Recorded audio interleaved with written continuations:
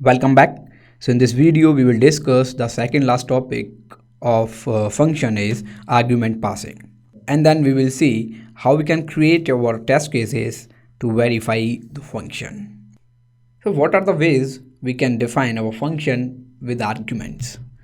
Let's say I have one def that is called jump something, and it is having some arguments, and it will be separated by comma a, b, comma, c. So there are three arguments, and it is also called local variables.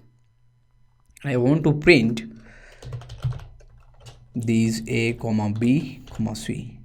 So these variables I want to print. Let's see how we will pass the value to a and b and c. So at the time of calling, like we are calling jump, and here we need to pass the value. So value will be like 1, 2, it's up to you whatever value you want to pass here. So this value will pass to this variable. So three variables are there and three values I am passing. So output is 1, 2, 3. What happens if I will pass only two values to the variables? So will it work? It will give type error. So it takes exactly three arguments. So you remember I told you one thumb rule, LHS and RHS. Same rule will apply here. So what are the arguments we are passing in jump? It will be equals to the variables of jump. So we need to pass 3 here also. So like 3 variables, 3 values we need to pass. So this is the first thing. Now we will make it a little bit difficult. Suppose if I will pass jump, not hump, it's jump. If I will pass like a equals 1, b equals 4, c equals 8, what will the output? Output will be 1, 4, 8. So a means we are passing the value of a 1, passing the value of b 4, passing the value of c is 8. Here we are using a, b, c. What happens if I will use here different arguments like x, y, z? So these three variables I'm using, and you can see the output is some error like type error. So got unexpected keyword arguments. So when we will pass in this way these arguments, so it will not work. Means whatever variable we are having here, we can pass through them only. So instead of x we need to use a, instead of y we need to b, and instead of g we need to use c. Then you can run it. So the next thing is here it is taking according to the position, but here it is taking according to name. What happen if I will use a, comma, c, comma, b equals 9? What it will print? So it will print first a value, then b value, then c value. So this position doesn't matter. Position and pass by name we will see. So this is called pass by name, this is called pass by position. So if we will do jump something like 1 here, pass by position, and like c equals 9, 2, will it work? See, syntax error, non-keywords are after keywords. So what you have to do is you need to pass first position, then passed by name. So what you have to do is here you need to pass either 4 some value, or you need to pass like b equals 9 and c equals 2. So this is the combination of position and pass by name. So it will work now. It's very easy. Just you need to understand, if you are passing by name, please don't use passing by position after that. So it will give the runtime error. Let's say one example, how one def function data, and it is having one a, that is variable, and this args. It's like not args, you can use instead of args something b, and just print only b. So if we want to pass tuple or list, that time we need to mention this multiplication sign for list and tuple. For example, at the calling time, if you will pass like data 1, so it will execute, but it is showing blank tuple. If we are not passing anything, so it will consider by default blank tuple. But if we will pass any number of values, it will accept like a tuple. See the output. So B will be now from starting 2 3 4 to the last. So in B it will store 2 3 4 4 5 5 5, like that it will store. So this is a pointer which points the other things. If I will use here A comma C, so these two values will be A will be 1, C will be 2, and in B these tuples will be counted. So in this manner it will be accessible. So in the same manner you can create the list also. How we can create dictionary, let's have a look. Suppose I have one daf which is having like name is dict data something, this is the name. For that we have to use double string like D. This is the variable, and just print D. So what it will print, it will print the object of dictionary. Now how you can call this function, this type of function? It is very easy. Dict data, and you have to give by key value pair. So key is name equals Rohan, and age equals 90. So now you can see the output will be in dictionary format. So what happens if I will not use these things? Then it will return a blank dictionary. So it will create one dictionary here, and now you can perform operation on this dictionary. So how dictionary is got created? Age is a key and 90 is a value, name is a key, Rohan is a value. So in key value pair it will got created. So this is the way we can define the arguments. If we will talk about vice versa means if we are having dictionary, if we are having list or tuple, how we will pass to the function. For example, let's say I have one cost dictionary which is having cost apple 120 and the mango 60 rupees kg. And how can I pass this dictionary? Can I pass like that? Dict data inside that cost. Can I pass? It will give the runtime error. We can't pass in this way. So how we can pass this cost dictionary in a function? So let's see how we can create a function which will accept the input as dictionary, list, and tuple. It's very interesting. Let's have a look. That is called unpacking the arguments also. Before moving that, for reminder, we will use combination of all the threes, or we can say this is a priority you need to assign, like def f1, and it will accept the argument a, it is a normal argument. Then b, it is like tuple or list or anything, b, and c, this is also a single variable, and this is a dictionary. So just print all a age comma a. In the same manner, just print all these things.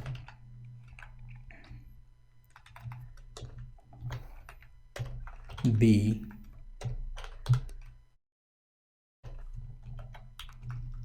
and C, and D. So why it is showing error? Yeah, so the error is after this we can't use these variables. If we want to use local variable in arguments, so you need to use before it a, c, b, then it will work. So this is the order of assigning the arguments. It will be the rightmost, then single string, then normal one. if we will talk about from left to right, so in left it will be a normal, then first one asterisk, then two asterisk. So how we can call this function f1? F1 1 comma 2. So this 1 will be the A, 2 will be C. Suppose I will pass you a list 1 2 3 4 and then dictionary. How we can pass? Like key value pair. So name equals Jaren and age equals 78. In this way we can pass the arguments. So you can see the difference. The thumb rule is you need to assign the variables left to right way. Now we will see the unpacking the arguments. We are having some arguments and we want to unpack it. So for example, I have one tuple that is called number, and tuple is 1 2 only. Now I have one def that is f2, which is having a comma b, and it will print the a and b. It's very easy. So how we can pass this tuple to this function? Suppose we want to pass this number variable, which is a tuple type, like f2 here. So you need to use one asterisk sign, then you can pass number. See the output is 1 2. So what it is doing here, you can see number having two values and f2 is also having two variables. So these values are unpacking to the variable a comma b. So in same way, suppose you are having some dictionary. So how you can pass the dictionary? Like you have one cost, right? Cost apple mango. We will pass that one. We will see the error. One error will come definitely. So you need to use double asterisk and then cost. Just run it. So see the output. Got unexpected key argument mango. So here what it will do, it will check the key apple and mango, which are not the variable of f2. Either you need to make it mango and apple here, or in this manner you need to make key should be matched with this variable. A is having 1 and B the value is 2, and now you can pass this cost. See the output is 1 comma 2. So in this way we can use a dictionary, and using one strict we can use list and tuple. For recap the things, I will give an example. So that example is like we are having one real-time function. Suppose we are going to make an application which will accept the arguments in form. You are submitting some application form, in that some data is there. So what you have to do is def, and your function is set user data. This is the function. In this function there are 4 variables. One is first name and last name, age and address. Just we are printing these values. Print first name is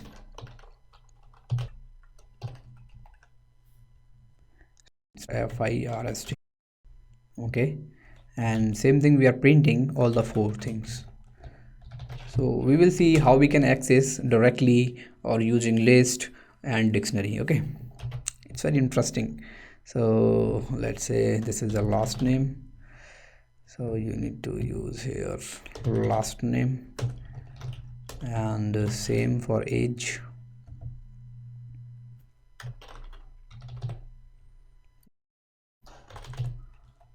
and same for address and variable is address. So this is a function, and suppose we are having one list. This is a list which is having 2 data only. One is the first name, another one is the last name, Allen. So James Allen, first name and last name. And another one is one dictionary is there, we are storing there some value, and data dict. So this is dictionary having data for age and address. So this is a dictionary, age equals 45 and address, always remember this value should match with key. So address, age, both. So address is Delhi. So these are two things we are having, and we need to pass at the calling time. So set user data. So instead of first and last name, what I'm doing, I'm passing here using asterisk sign because it is a list data. And here instead of these two values, I'm using one dictionary which is denoted by two notations, data dict. See the output. In this manner also we can pass. So this is useful when you are going to make any application, like web application or desktop application, and you want to use your inputs. That time it will be useful, and then you need to create setter getters. So the last point is how to create the test cases for the function. Create one module,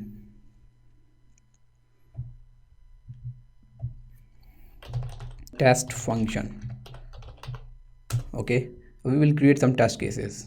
For example, I have one function def which will multiply two values, mul values a comma b. So it will return something like a multiplied by b.